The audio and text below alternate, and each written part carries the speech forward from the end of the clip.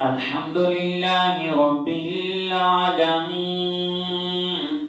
والصلاة والسلام على سيد الأنبياء والمرسلين. أما بعد، فأعوذ بالله من الشيطان الرجيم. بسم الله الرحمن الرحيم. قال الله تعالى في شان حبيبه مخبرا وآمرا: يا أيها الذين آمنوا كتب عليكم الصيام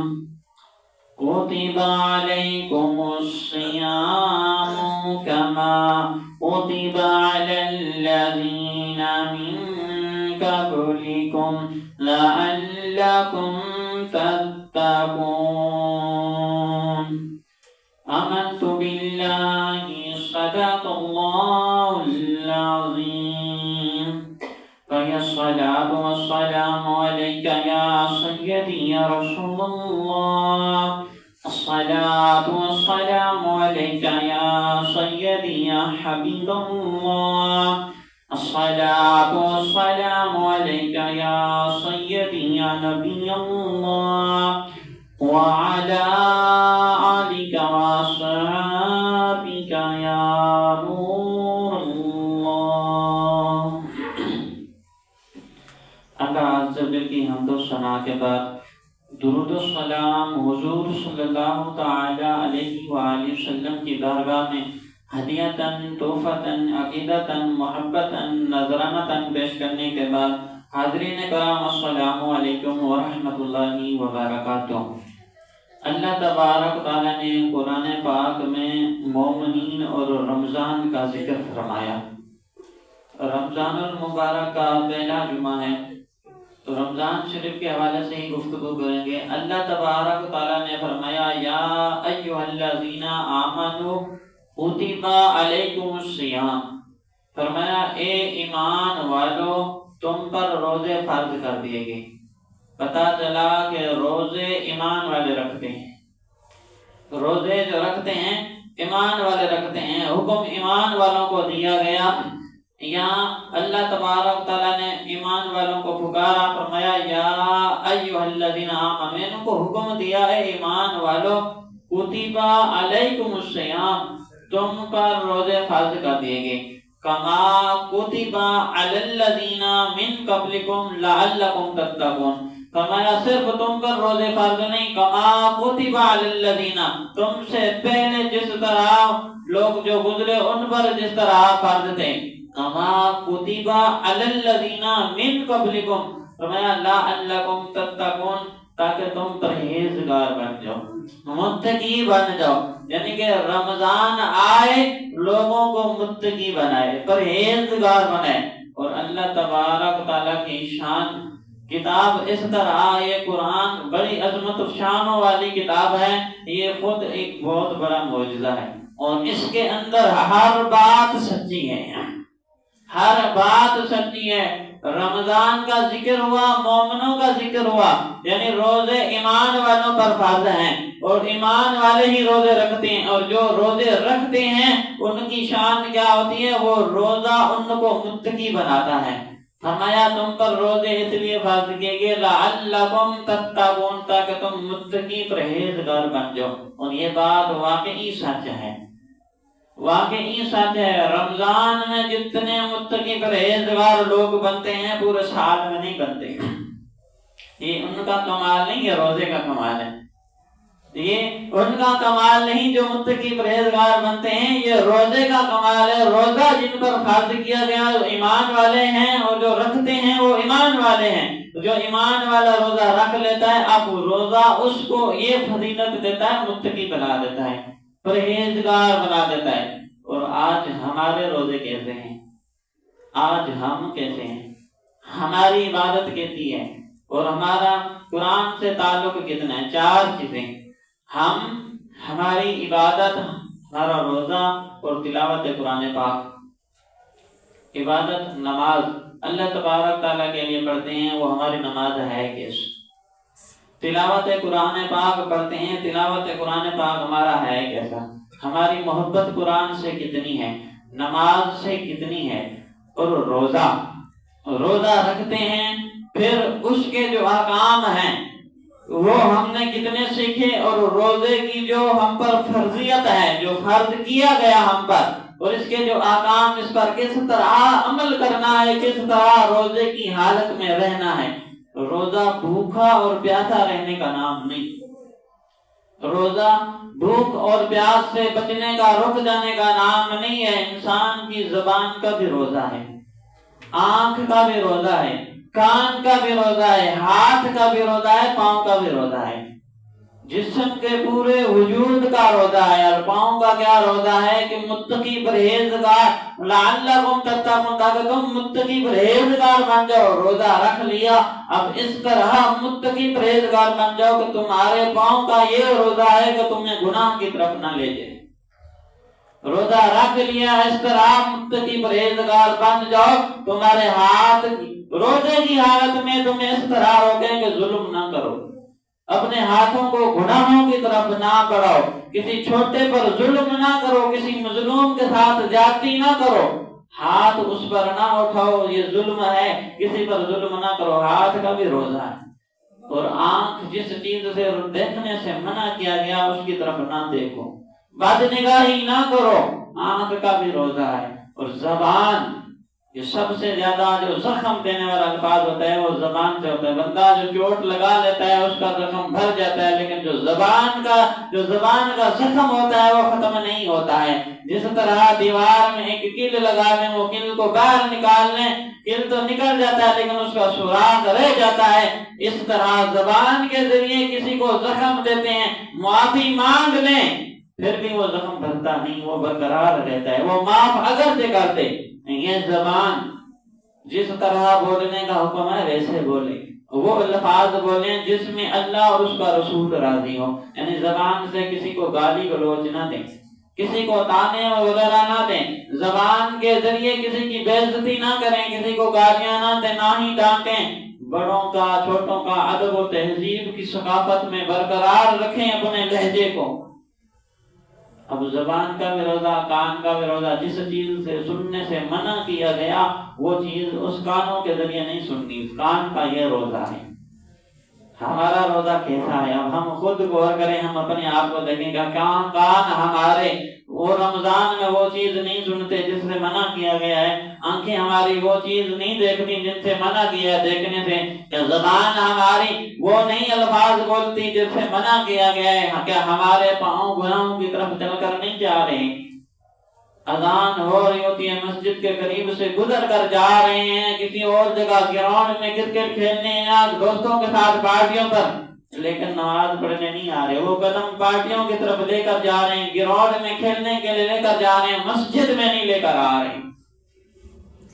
اب وہ ہاتھ جس کے ذریعے رمضان میں فرمایا صدقہ دو، صدقے سے آپ کی جو بلائیں ہیں ٹل جائیں گی اور بہت زیادہ نیکیاں ملیں گی، عام دنوں سے رمضان میں زیادہ نیکیاں ملیں گی۔ اس ہاتھ سے صدقہ دو، لیکن صدقہ دینے کی بجائے کسی اور کی جیب پر ہاتھ مارا جاتا ہے، صدقہ دینے کی بجائے ہم کسی اور کا مال چھین رہے ہیں، کسی اور سے زبردستی چھین رہے ہیں، دینے کی بجائے ہم لے رہے ہیں۔ فطرانہ اس لیے ہم دیتے ہیں نا، فطرانہ تاکہ ہم دیں، وہ غریب ہو جو محتاج ہیں ان کا بھلا ہو، ان کا بھلا ہو، ہاتھ سے دینے چاہیے، اپنے ہاتھ سے، ایک ہاتھ سے تو دوسرے ہاتھ کو خبر بھی نہ ہو، یعنی کہ ڈھنڈورا نہیں پٹنا کہ میں نے فطرانہ ادا کر دیا، اس کو دیا، فلاں کو دیا، فلاں کو دیا، اب ہر ایک کو سناتے نہ پھریں۔ صدقہ دینے کا یہ طریقہ، ایک ہاتھ سے تو دوسرے کو خبر نہ ہو کہ کتنے دیے ہیں، ان ہاتھ نیکیوں کی طرف بڑھائیں، صدقہ کرنے کی طرف، ہمارے ہاتھ صدقے کے لیے آگے بڑھیں، نہ کہ کسی مظلوم پر ظلم کرنے کے لیے۔ اور ہماری زبان سے تلاوت قرآن پاک ہو، اچھے الفاظ ہوں جس سے ذکر اللہ والے الفاظ ہوں جس سے ثواب ملے، یہ نہ ہو کہ الٹا گناہ ملے۔ اور تلاوت قرآن پاک ہماری کیسی ہے؟ رمضان کے علاوہ بھی جو لوگ رمضان کے علاوہ نہیں پڑھتے، اتنے عادی ہوتے ہیں وہ رمضان پہ بھی نہیں پڑھتے۔ عرفان غفوری صاحب ہیں، وہ کہتے ہیں کہ ایک علاقے میں نا رواج تھا کہ جب رمضان شریف آتا تو وہ لوگ علماء کرام کی دعوت کرتے افطاری کے لیے، علماء کرام کو بلاتے، استادہ کرام کو بلاتے، قاری صاحبان کو بلاتے، افطاری کراتے۔ اب ان کی عادت یہ تھی کہ روزانہ ہر ایک نے گھر بانٹے ہوئے تھے، یعنی 30 گھروں میں پورے رمضان میں افطاری ہوتی تھی، آج ان کے گھر، آج کل ان کے گھر، پھر اگلے دن ان کے گھر، وہ جس طرح رواج تھا اس علاقے میں۔ تو ایک میاں بیوی نے مشورہ کیا کہ ہم قاری صاحب کو بلاتے ہیں، ان کی افطاری کراتے ہیں۔ میاں بیوی نے مشورہ کیا کچھ، اب کیا ہوا کہ قاری صاحب کو بلایا میاں بیوی نے، وہ افطاری پر آئے، قاری صاحب اور جو طالب علم تھے اس کے ساتھ آئے افطاری کی۔ اب قاری صاحب چلے گئے، اب جب قاری صاحب چلے گئے نا، وہ شوہر تھا آیا گھر میں، ان قاری صاحب کو باہر بھیج کر جیسے گھر آیا تو بیوی کہنے لگی بات دراصل یہ ہے کہ ہم نے جس قاری صاحب کو بلایا تھا، جس جگہ بٹھایا تھا، وہاں ٹیبل پر قرآن رکھا تھا، وہاں پیسے بھی رکھے تھے۔ تو قاری صاحب جاتے جاتے پیسے بھی لے گئے ہیں، پیسے بھی لے گئے ہیں۔ اب وہ جو شوہر تھا اس نے کہا قاری صاحب کی یہ مجال، یہ جرت، ہم نے ان کو بلایا اور ہمارے پیسے لے کر چلے گئے۔ یہ ہے نا ہماری سوچ، ہماری عقل ہوتی ہے، بغیر تصدیق و بغیر تحقیق کے ہم فتوے لگا دیتے ہیں، نہ تصدیق نہ تحقیق۔ اس لیے کہا جاتا ہے کہ جس گھر میں عورت کی حکمرانی ہو وہ گھر ہمیشہ تباہ ہوتا ہے، وہ ہمیشہ کبھی منزل مقصود تک نہیں پہنچتا۔ آج ہم کہتے ہیں نہیں ہمارے گھروں میں تو ہے نہیں، ہر ایک بندہ یہی کہتا ہے ہمارے گھروں میں عورتوں کی حکمرانی نہیں ہے۔ دراصل 99% گھر ایسے ہیں جن کے اندر عورتوں کی حکمرانی ہے، عورتوں کی حکمرانی ہے۔ جب بھی کوئی مشورہ کیا جائے نا کسی آدمی کے ساتھ، وہ کہے گا میں گھر والوں سے مشورہ کروں گا، وہ بیٹے کی سنے گا، بیٹی کی سنے گا، بھائی کی سنے گا، آخر میں جب بیوی کی سنے گا نا، وہ جو مشورہ دے گی وہی مانے گا۔ ایسا ہی ہے نا، یعنی عورت کی حکمرانی ہے، جیسے اس کو عورت کہے گی وہ اس پر عمل کرے گا، ویسے مانے گا، آگے کام چلے گا۔ اب کیا کیا قاری صاحب کی یہ جرات، ہم نے اس کو بلایا اور ہمارے پیسے لے کر چلا گیا۔ اب اس جناب والا نے مسجد جانا بند کر دیا، ملنا جلنا بند کر دیا، نہ نماز ہم نے پڑھنی نہیں ہے، نہیں قاری صاحب نے ہماری چوری کی، ہم نہیں جائیں گے ان کے پاس۔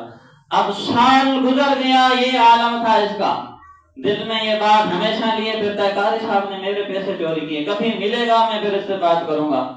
وہ آیا ایک اگلے رمضان، سال گزر گیا، اگلے رمضان قاری صاحب کے پاس آیا نماز پڑھنے۔ اب قاری صاحب نے ملاقات کی، کہا سال کے بعد نظر آئے، خیر کدھر چلے گئے تھے؟ اس نے کہا پتہ ہے میں ادھر ہی تھا، اس سال بھی ہم نے آپ کی افطاری کی دعوت نہیں کی، پچھلے سال کی تھی، اس مرتبہ ہم نے آپ کو نہیں بلایا، پتہ کیوں نہیں بلایا؟ قاری صاحب نے کہا اللہ بہتر جانتا ہے کیوں نہیں بلایا۔ کہتا ہے بات دراصل یہ ہے، پچھلے سال جب آپ ہمارے گھر آئے تھے نا، اس وقت آپ نے ہمارے ٹیبل سے پیسے چرا لیے تھے، بیٹھک کے اندر آپ بیٹھے تھے، ادھر پیسے لگے تھے، آپ کے علاوہ کوئی تھا نہیں، جب آپ وہاں سے نکلے ہیں ہمیں پیسے ملے ہی نہیں، آپ کے علاوہ کون اٹھا سکتا ہے؟ آپ نے اٹھائے، آپ نے چوری کی ہے، اس لیے ہم نے تمہارے پیچھے نماز پڑھنا ہی چھوڑ دی، مسجد میں آنا ہی چھوڑ دیا۔ اب وہ قاری صاحب افسوس کرنے لگے، افسوس مجھے تیری عقل پر، تیری زندگی پر، تیری سوچ پر۔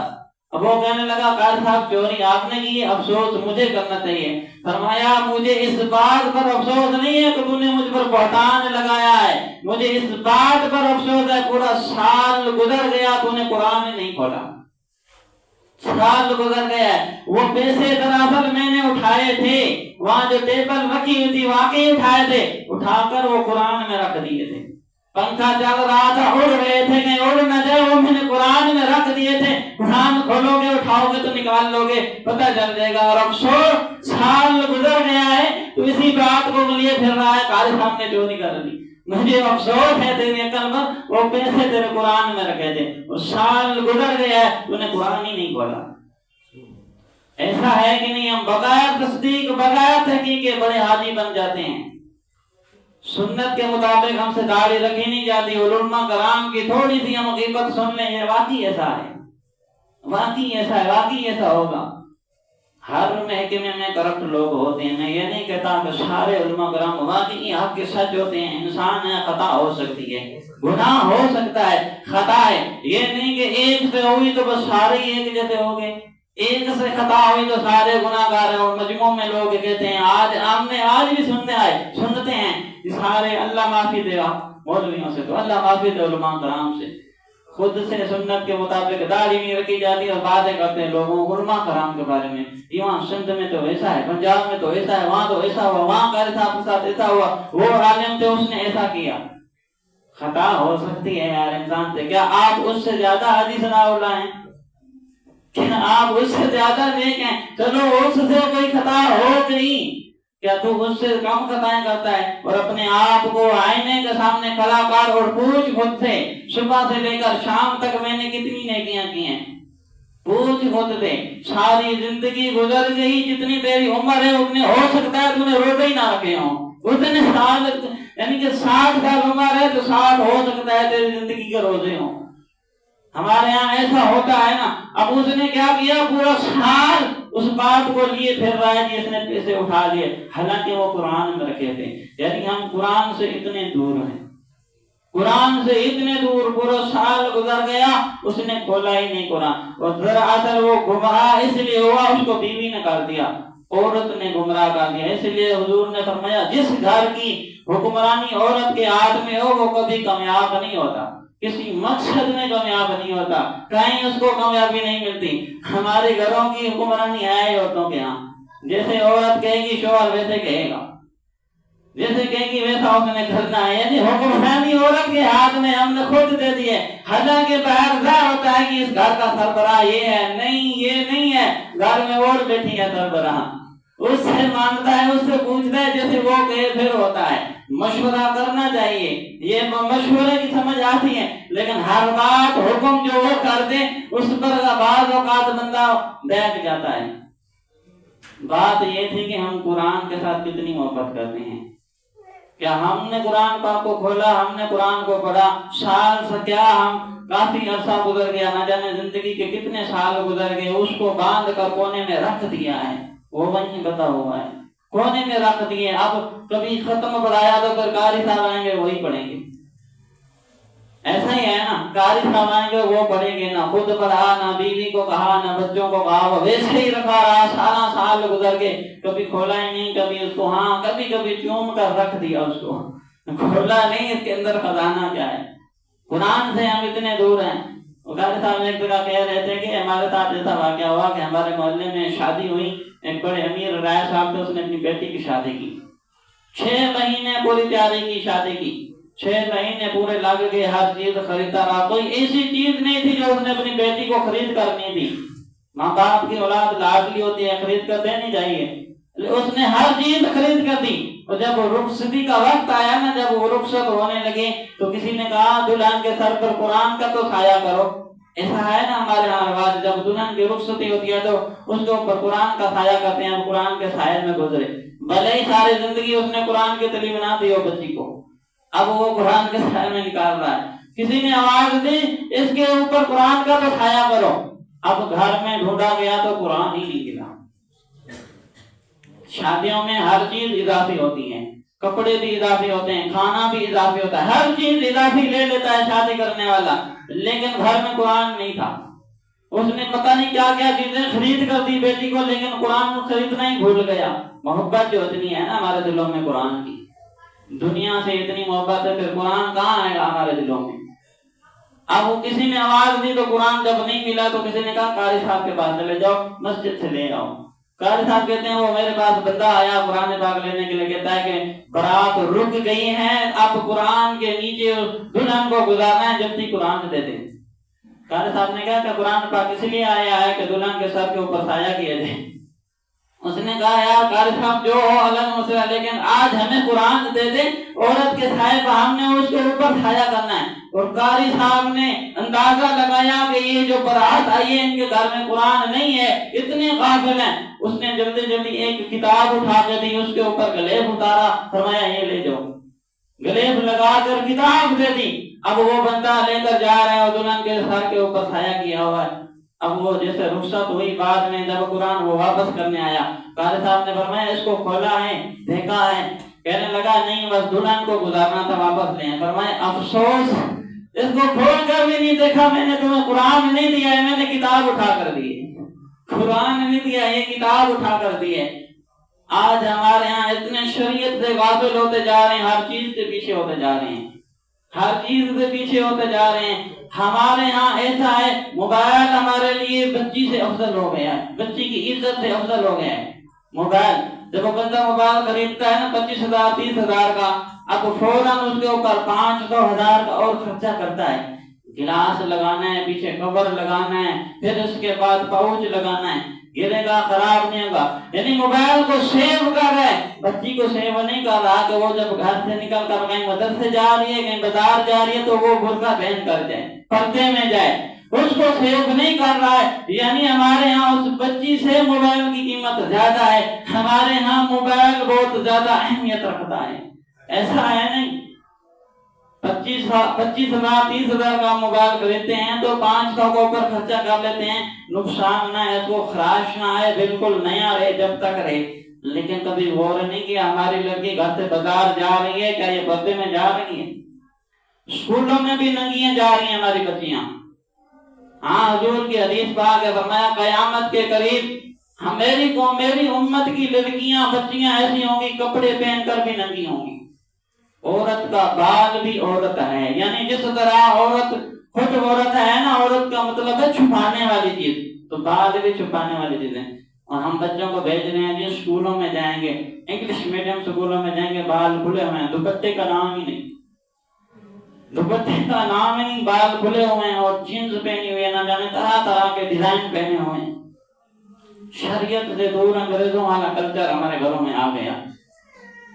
ہم اتنے شریعت سے دور ہوتے جا رہے ہیں، ہر چیز سے غافل ہوتے جا رہے ہیں. تو ہم روزہ بھی رکھتے ہیں تو رسمی، نماز بھی پڑھتے ہیں تو رسمی، قرآن بھی پڑھتے ہیں تو رسمی. یعنی پتہ چلتا ہے کل خوانی ہوتی ہے اس وقت پڑھا جاتا ہے، یہ رسم ادا کی جاتی ہے کل خوانی کے وقت، ورنہ نہیں. روزہ بھی رکھتے ہیں تو وہ رسمی ہوتا ہے، شام کو کھانا پینا ہے اور سحری کے وقت کھانا پینا ہے، یعنی کھانے پینے سے بچنے کا نام ہم نے روزہ رکھ لیا، باقی عبادت نہیں. 2 3 4 دن شور و شور ہوتا ہے عوام کو نماز پڑھنے کا، اس کے بعد پھر ختم والے دن آنا ہے، اس کے علاوہ پر عید پہ پھر کام پہ اگلے سال ہی دیکھیں گے. ایسا ہے کہ نہیں ہے؟ صرف رمضان میں نمازیں ہم پر فرض نہیں ہے. کچھ لوگوں کو پتا اس وقت چلتا ہے کہ رمضان میں نمازیں پڑھنی ہے، رمضان میں مسجد جانا ہے، باقی دن مسجدوں میں جانا ہی نہیں ہے، باقی اس کے علاوہ مسجدوں کا رخ ہم نے کرنا نہیں ہے، مسجد کو دیکھنا ہی نہیں ہے. اور الامان والحفیظ. اللہ تبارک تعالی ہمیں سمجھنے کی توفیق عطا فرمائے، ہمیں شریعت پر عمل کرنے کی توفیق عطا فرمائے، شریعت پر غور و فکر کرنے کی توفیق عطا فرمائے. ہماری زندگی کس طرح گزر رہی ہے، اللہ تبارک تعالی ہمیں گناہوں سے بچنے کی اور نیکیاں کرنے کی توفیق عطا فرمائے. بیان میں جو غلطیاں ہوئی اپنے فضل و کرم سے معاف فرمائے. وما علینا الا البلاغ المبین.